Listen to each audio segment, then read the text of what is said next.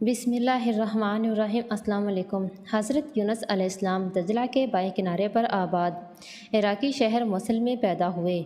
آپ علیہ السلام حضرت ہود علیہ السلام کی اولاد میں سے تھے۔ موصل کے مقابل نینوا شہر تھا جو اس زمانے میں اپنے عروج پر تھا اور وہاں قوم سمود آباد تھی۔ نینوا کی آبادی 1 لاکھ سے زیادہ تھی، جیسا کہ قرآن پاک میں ارشاد ہے، اور ان کو یعنی یونس علیہ السلام کو 1 لاکھ یا اس سے زیادہ لوگوں کی طرف پیغمبر بنا کر بھیجا۔ حضرت یونس کی عمر 28 سال تھی جب اللہ تعالیٰ نے انہیں اہل نینوا کی رشد و ہدایت پر مامور فرمایا۔ مفسرین کے مطابق حضرت یونس علیہ السلام کا عہد 781 تا 741 قبل مسیح ہے۔ آپ علیہ السلام کا قرآن کریم کی 6 سورتیں مبارکہ میں ذکر آیا ہے: سورۃ النساء، سورۃ انعام، سورہ یونس، سورۃ صفات، سورۃ الانبیاء اور سورۃ القلم۔ ان میں پہلی 4 سورتیں مبارکہ میں حضرت یونس علیہ السلام کا نام اور باقی 2 میں زوال نون اور صاحب الحوت یعنی مچھلی والا کہہ کر ذکر کیا گیا ہے۔ نون بڑی مچھلی کو کہتے ہیں، چونکہ آپ علیہ السلام کئی دن ایک مچھلی کے پیٹ میں رہے، اس لیے مچھلی والا کہا گیا۔ قرآن کریم کی 10ویں سورت آپ علیہ السلام کے نام پر ہے۔ حضرت یونس علیہ السلام کا واقعہ۔ حضرت یونس علیہ السلام ایک عرصے تک نینوا کے لوگوں کو توحید کی دعوت اور بت پرستی سے روکتے رہے، مگر قوم نے ان کی دعوت قبول کرنے سے صاف انکار کر دیا۔ صرف یہی نہیں، غرور تکبر میں مبتلا قوم دیگر نافرمان اقوام کی طرح آپ علیہ السلام کی دعوت کا مذاق بھی اڑاتی رہی۔ جب ان کی سرکشی اور نافرمانی انتہا کو پہنچ گئی تو اللہ تعالیٰ نے حضرت یونس علیہ السلام کو حکم دیا کہ لوگوں کو آگاہ کر دو کہ 3 دن کے اندر اندر ان پر عذاب آنے والا ہے۔ آپ علیہ السلام نے قوم میں اس کا اعلان کر دیا۔ یہ سن کر قوم یونس نے آپس میں مشورہ کیا کہ اس بات پر ان سب کا اتفاق ہوا کہ یونس علیہ السلام کو کبھی جھوٹ بولتے نہیں دیکھا گیا، لہٰذا ان کی بات نظر انداز نہیں کرنی چاہیے۔ مشورے میں یہ بھی طے ہوا کہ دیکھا جائے گا، اگر یونس علیہ السلام رات بستی کے اندر اپنے گھر میں مقیم رہے تو سمجھ لو کچھ نہیں ہوگا، اور اگر وہ یہاں سے کہیں اور چلے گئے تو یقین کر لو کہ صبح ضرور عذاب آئے گا۔ قصہ مختصر: حضرت یونس علیہ السلام رات کو اسی بستی سے نکل گئے۔ صبح ہوئی تو عذاب الہی ایک سیاہ دھویں اور بادل کی شکل میں بستی والوں کے سروں پر منڈلانے لگا۔ جب ان کے قریب ہونے لگا تو لوگوں کو یقین ہو گیا کہ اب وہ سب ہلاک ہونے والے ہیں۔ یہ دیکھ کر حضرت یونس علیہ السلام کو تلاش کیا گیا کہ ان کے ہاتھ پر ایمان لے آئیں اور توبہ کر لیں، مگر آپ علیہ السلام کو نہ پایا تو خود ہی اخلاص نیت کے ساتھ توبہ استغفار میں لگ گئے اور اپنے گھروں سے باہر ایک میدان میں نکل آئے۔ عورتیں، بچے اور جانور سب اس میدان میں جمع کر دیے گئے۔ تمام بستی والے ٹاٹ کے کپڑے پہن کر عاجزی و انکساری کے ساتھ توبہ کرنے لگے اور عذاب سے پناہ مانگنے میں اس طرح مشغول ہوئے کہ پورا میدان آہو بکا سے گونجنے لگا۔ اللہ تعالیٰ نے ان کی توبہ قبول فرما لی اور عذاب ان سے ہٹا دیا۔ روایت میں ہے کہ یہ عاشوراء یعنی 10ویں محرم کا دن تھا۔ حضرت یونس علیہ السلام بستی سے باہر اس انتظار میں تھے کہ اب اس قوم پر عذاب نازل ہوگا۔ ان کے توبہ استغفار کا حال انہیں معلوم نہ تھا۔ جب عذاب ٹل گیا تو انہیں فکر ہوئی کہ اب تو قوم مجھے جھوٹا قرار دے دے گی، کیونکہ میں نے اعلان کیا تھا کہ 3 دن کے اندر عذاب آ جائے گا۔ اس قوم کا قانون تھا جس شخص کا جھوٹ معلوم ہو اور وہ اپنے کلام پر کوئی شہادت پیش نہ کر سکے تو اسے قتل کر دیا جاتا۔ تو یونس علیہ السلام کو فکر ہوئی کہ انہیں بھی جھوٹا قرار دے کر قتل کر دیا جائے گا۔ اس رنج و غم اور پریشانی کے عالم میں شہر سے نکل جانے کا ارادہ کر کے چل دیے، یہاں تک کہ بحر روم کے کنارے پہنچ گئے۔ وہاں ایک کشتی دیکھی جس میں لوگ سوار تھے۔ آپ علیہ السلام کو ان لوگوں نے پہچان لیا اور کرائے کے بغیر سوار کر لیا۔ کشتی روانہ ہو کر جب وسط میں پہنچی تو دفتر ٹھہر گئی، آگے بڑھتی اور نہ پیچھے۔ کشتی والوں نے منادی کی کہ ہماری اس کشتی میں کوئی ظالم گنہگار یا کوئی بھاگا ہوا غلام سوار ہو جاتا ہے تو یہ کشتی خود بخود رک جاتی ہے۔ ایسے آدمی کو چاہیے کہ خود کو ظاہر کر دے تاکہ اس کی وجہ سے سب پر مصیبت نہ آئے۔ اس پر حضرت یونس علیہ السلام بول اٹھے کہ وہ بھاگا ہوا غلام گنہگار میں ہی ہوں، کیونکہ اپنے شہر سے نکل کر کشتی میں سوار ہونا ایک طبعی خوف کی وجہ سے تھا، وزن الہی نہ تھا، اور اللہ تعالیٰ کے حکم کے بغیر یوں چلے آنے کو حضرت یونس علیہ السلام کی پیغمبرانہ شان نے ایک گناہ قرار دیا کہ پیغمبر کی کوئی نقل و حرکت بلا اذن الہی نہیں ہونی چاہیے تھی۔ بہرحال آپ علیہ السلام نے فرمایا کہ مجھے دریا میں ڈال دو تو تم سب اس عذاب سے بچ جاؤ گے، مگر کشتی والے اس پر تیار نہ ہوئے بلکہ انہوں نے قرآن اندازی کی تاکہ جس کا نام نکلے اسے دریا میں ڈالا جائے۔ لیکن قرآن اندازی میں آپ علیہ السلام کا ہی نام نکل آیا۔ لوگوں کو اس پر تعجب ہوا تو کئی مرتبہ قرآن اندازی کی گئی اور ہر مرتبہ آپ ہی کا نام آتا رہا۔ قرآن کریم کی سورۃ الصفات کی آیت نمبر 141 میں اس قرآن اندازی اور حضرت یونس علیہ السلام کا نام نکلنے کا ذکر موجود ہے۔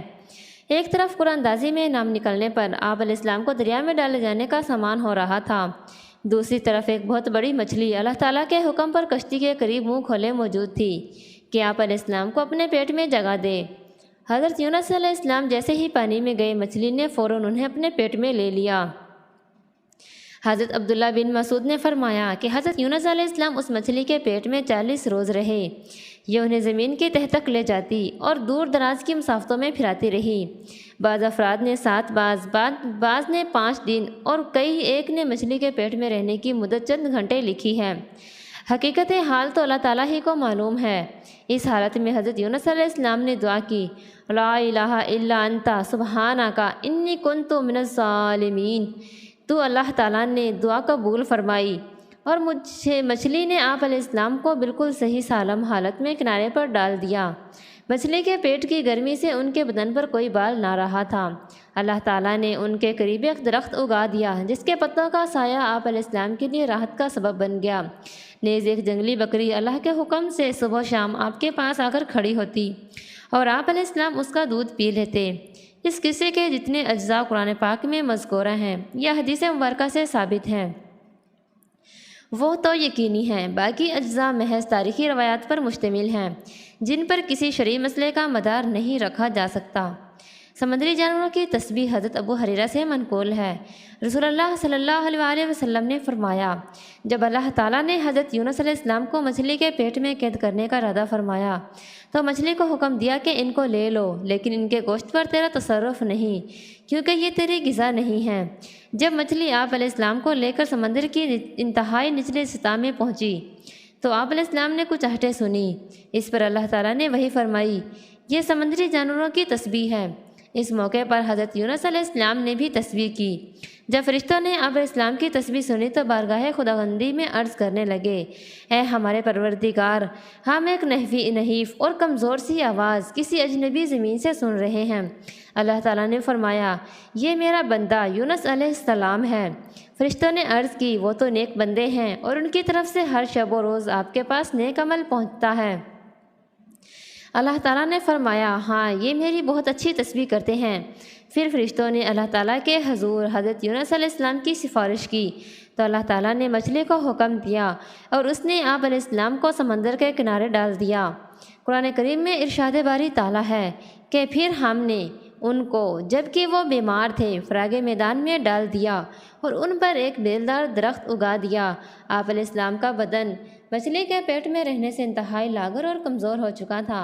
ابن مسعود فرماتے ہیں کہ آپ علیہ السلام ایسے ہو گئے تھے جیسے چوزا جس پر ابھی پر بھی نہ آئے ہوں۔ ابن عباس اور زید فرماتے ہیں کہ جب بچہ پیدا ہوتا ہے اس وقت بچے کی طرح آپ علیہ السلام کی حالت تھی اور بالکل دھونی ہوئی روئی کی طرح نرم و نازک تھے اور بدن پر کچھ نہ تھا۔ روایت میں ہے، جب آپ علیہ السلام مچھلی کے پیٹ میں ٹھہر گئے تو گمان کیا کہ شاید وفات پا گئے ہیں۔ اس پر آپ علیہ السلام نے اپنی اعضاء کو جنبش دی تو ان میں حرکت ہوئی تو فوراً سجدہ ریز ہو گئے اور بارگاہ رب العزت میں عرض کیا، اے پروردگار، میں تیرے لیے ایسی جگہ مسجد گاہ بنا دیتا ہوں جہاں کسی دوسرے نے تیری عبادت نہ کی ہوگی۔ قرآن پاک میں اللہ تعالیٰ کا ارشاد ہے، پھر اگر وہ اللہ کی پاکی بیان نہ کرتے تو لوگوں کے اٹھائے جانے کے دن تک اس مچھلی کے پیٹ میں ہی رہتے۔ تفسیر ابن جریر میں حضرت سعد بن مالک سے مروی ہے کہ انہوں نے نبی اکرم صلی اللہ علیہ وآلہ وسلم کو فرماتے ہوئے سنا، اللہ کو اس نام سے پکارا جائے تو دعا قبول ہوتی ہے اور جو مانگا جائے اللہ عطا فرماتے ہیں، یعنی حضرت یونس کی دعا کے ساتھ۔ راوی کہتے ہیں کہ میں نے استفسار کیا، یا رسول اللہ صلی اللہ علیہ وآلہ وسلم، یہ حضرت یونس علیہ السلام کے لیے خاص ہے یا تمام مسلمانوں کے لیے ہے؟ آپ صلی اللہ علیہ وآلہ وسلم نے فرمایا، یہ حضرت یونس علیہ السلام کے لیے خاص ہے اور مومنین کے لیے عام، جب بھی وہ اس کے ساتھ دعا کریں۔ کیا تم نے اللہ کے فرمان کو نہیں سنا؟ پھر یونس نے اپنے رب کو تاریکیوں میں پکارا، لا الہ الا انت سبحانک انی کنت من الظالمین۔ تیرے سوا کوئی معبود نہیں، تو پاک ہے، بے شک میں ہی قصوروار ہوں۔